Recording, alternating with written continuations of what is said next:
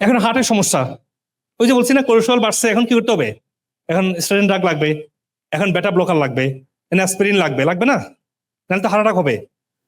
আচ্ছা, যারা আপনাদের জানা যারা হার্ট অ্যাটাক করেছে, স্ট্রোক করেছে, তারা দেখেন তারা কি ওষুধ খেত, গিয়ে দেখেন তারা ওষুধ ছাড়া চলছে না ওষুধ খেয়ে তারা মরছে, ওষুধ খেয়ে মরছে।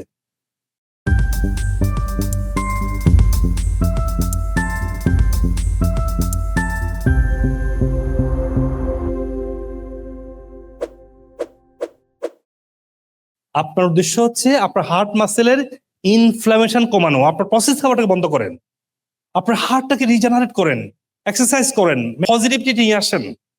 That should be your goal. আপনার হার্টটাকে ফাংশনিং করেন, আপনার ওষুধ লাগবে না এক সময়। তবে হার্টের সমস্যা একটু সেন্সিটিভ, আপনারা সবসময় ডক্টরের সুপারভাইজে থাকবেন। আমাদের ডক্টররা সবাই আমেরিকা থেকে প্রশিক্ষিত, সবাই ফাংশনাল মেডিসিনে ট্রেন, ডক্টর সরবরাহ হবেন। হার্টের সমস্যা হলে আমি একটু স্কিপ করে যাচ্ছি, কথা বলে অনেক কথা। কিডনি রোগ, তাই না? এখন কিডনি রোগ হয়েছে, এখন কি করতে হবে?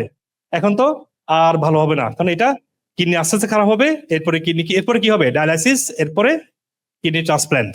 কি সুন্দর পথ না? আচ্ছা, আমরা শুনেছি যে আমাদের আমাদের মুসা আলাইহিস সালাম আল্লাহর সাথে কথা বলেছে না? কি কথা বলেছে? আল্লাহ রোগ রোগ করতে গিয়ে দেয়, আল্লাহ বলে রোগ আমি দেই, আর আমি ওষুধ আমি দেই। আর আমরা বলছি রোগ হবে, এটা আর ভালো হবে না।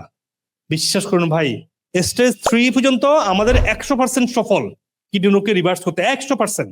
আজকে শুনলাম একটা পেশেন্ট, আজকে একটু আগে ক্লিনিকে বলে আমাকে বলছে, স্যার আমার কিডনি একদম আগে ছিল 26-27, এখন একদম 72-এ চলে আসছে ইজিএফআর।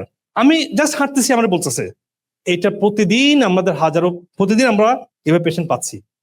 স্টেজ 4 চলে গেলে সম্ভাবনা কম, স্টেজ 5 ইটস ইম্পসিবল। আমার একটা পেশেন্ট আমি পাইছি ডায়ালাইসিস থেকে, ডায়ালাইসিস থেকে বেরিয়ে আসছে, আর ডায়ালাইসিস করতে যাচ্ছে এমন অনেকে বেরিয়ে আসছে।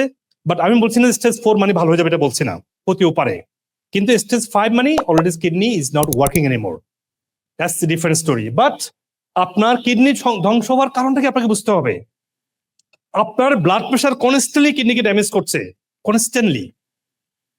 আপনার ডায়াবেটিস কনস্ট্যান্টলি প্রত্যেক সিস্টেমকে ড্যামেজ করছে। যে ড্যামেজ, যে টক্সিন, যে ফ্রি রেডিক্যাল, যে মিনারেল ইমব্যালেন্স, যে ইনফ্লামেশন গুলো আপনার যে শরীরে যে বাই প্রোডাক্ট তৈরি করছে, সেই বাই প্রোডাক্টই আপনার কিডনিকে কি ক্ষতি করছে। আপনার এখানে কি লাইট আছে, ফ্যান আছে, মাইক আছে, ওয়াল আছে না, চেয়ার টেবিল আছে না, ঘরে কোনো একটা ফিল্টার আছে না, যে পানিগুলো যাওয়ার জন্য আছে না? আমাদের শরীরের পিছনে দুই পাশে দুইটা বড় ফিল্টার মেশিন আছে। আবার বড় ফিল্টার মেশিনের মধ্যে একটার মধ্যে আবার 1 মিলিয়ন করে আবার ছোট ছোট ফিল্টার আছে, সেটাকে বলা হয় কিডনি। তাহলে কিডনি মানে কি? 2 মিলিয়ন কোষের 2টা কিডনি, 2টা ফিল্টার মেশিন। তো ফিল্টার মেশিন কখন নষ্ট হবে? ওখানে কখন নষ্ট হবে বলেন? কর্নারে। ফিল্টার কি কোনো রুমে কাজ করতেছে? কিছুই করছে না। ফিল্টার শুধুমাত্র বাই প্রোডাক্ট, আপনাদের ময়লাগুলোকে ওখানে গিয়ে জমা হচ্ছে না। আপনার কিডনি ডিপেন্ড করবে আপনার diabetes, blood pressure, metabolism, inflammation, আপনার লিভার ফাংশন, গলব্লাডার ফাংশন, এগুলোর উপর ডিপেন্ড করবে আপনার। যখন কিডনি সমস্যা হবে তখন কোনো ভালো হবে না। কারণ কি? আপনি তো বুঝতেছেন না কিডনি সমস্যা আপনার অন্য জায়গা থেকে আসছে। আপনার অন্য সমস্যাগুলো সমাধান করুন, কিডনি আস্তে আস্তে ইমপ্রুভ হবে। ইয়েস, কিডনিকে সাপোর্ট দেওয়ার জন্য কিছু মেডিসিন বানানো হয়েছে, কিডনি থেকে বানানো। কিডনি সেলকে এটা এটাকে আবার রিগ্রো করায়। এই ফর্মুলাতে কিডনি রিগ্রো করানো যায়, তবে লাস্টের দিকে সম্ভব না। আপনার আন্ডারলাইন রোগগুলোকে ভালো করুন কিডনি সমস্যার জন্য। সুপ্রিয় দর্শক মন্ডলী, আপনারা আপনাদের স্বাস্থ্য যে কোনো প্রশ্ন, যে কোনো পরামর্শ, যে কোনো সাজেশন আমাকে কমেন্ট সেকশনে দিবেন। আমি যথাসাধ্য দ্রুত উত্তর দেওয়ার চেষ্টা করবো ইনশাআল্লাহ। আপনাদের পরামর্শ অনুযায়ী আমি পরবর্তী ভিডিও এবং টপিক ঠিক করতে পারবো। আপনি আপনার স্বাস্থ্য সমস্যার জন্য যে কোনো বিষয়ের যে কোনো সাপ্লিমেন্ট চান, আমাদের ওয়েবসাইটে intechmeds.com গিয়ে দেখবেন যে রোগভিত্তিক সাপ্লিমেন্ট বান্ডেল করা আছে। আপনি ওখান থেকে সহজেই ওয়ালমার্ট, ইবে, অ্যামাজন, যেভাবে চান আপনি সেই প্ল্যাটফর্ম থেকে কিনতে পারছেন। এবং আমরা পৃথিবীর সব জায়গায় কুরিয়ারের মাধ্যমে দ্রুত আমরা পৌঁছে দিচ্ছি, কোন ধরনের হেসেল ছাড়াই। আর যদি আপনি মনে করেন যে না, আপনার স্বাস্থ্যের অনেকগুলো সমস্যা আছে বা কোন সাপ্লিমেন্টটা কিনবেন বুঝতে পারছেন না, এবং আপনি পৃথিবীর যে কোনো প্রান্ত থেকেই, সেটা বাংলাদেশে হোক, আমেরিকাতে হোক, যে কোনো ব্রাঞ্চে আপনারা আসবেন, আমেরিকা থেকে ট্রেন, এবং আমার ট্রিটমেন্টটা পুরোপুরি ট্রেন হয়ে তারা আপনাকে এই ইন্টিগ্রেটিভ পদ্ধতিতে চিকিৎসা দিচ্ছে। তো যে কোনো সমস্যা আপনাকে এই হোলিস্টিক পদ্ধতিতে সুস্থ হওয়া দরকার হয় আপনার। অ্যাটলিস্ট 6 মাস কনস্ট্যান্ট ফলো থাকবেন, দেখবেন যে কোনো রোগ থেকে, যেভাবে আজকে সায়েন্স ডিসকভার করছে যে রুট কজ থেকে সুস্থ হওয়া সম্ভব, আপনাকে 24 ঘন্টা আপনি ডক্টরের সাপোর্ট পাচ্ছেন। আমি যদি আমেরিকাতে আছি, বাংলাদেশে আমার নামে অনেক পেজ তৈরি করে, অনেক রং ভিডিও বানায় আমার বিরুদ্ধে, আর আমেরিকাতে বসে আমাদের এগুলো কন্ট্রোল করা সম্ভব না, সেজন্য আপনার পেজগুলো অ্যাভয়েড করে এই জন্য লাইক সাবস্ক্রাইব করে রাখুন। আমেরিকার নাম্বার 1 সাপ্লিমেন্ট, সত্যিকারের ডক্টর গাইডলাইন এবং এভিডেন্স বেস হেলথ টিপস গুলো আপনি এখানে পাবেন ইনশাআল্লাহ। আল্লাহ হাফেজ, আসসালামু আলাইকুম ওয়া রাহমাতুল্লাহি ওয়া বারাকাতুহু। আমার হার্টে 4টা ব্লক ধরা পড়ছে, 98% একটা এবং বাকি 3টা হচ্ছে 85%। আলহামদুলিল্লাহ আমি 20 দিনে অনেকটা আলহামদুলিল্লাহ রিকভারি করছি। উনি বলছেন ডায়াবেটিস ছিল 23-24 ছিল, এখন ডায়াবেটিস 4-এ চলে আসছে। 4 বলছেন, আমার কিন্তু 4 না, আমার 5-এ আছে। মানে কদিন লাগছে আপনার? আমার তো 10 দিনের মধ্যে আমার ডায়াবেটিস এখানে চলে আসছে।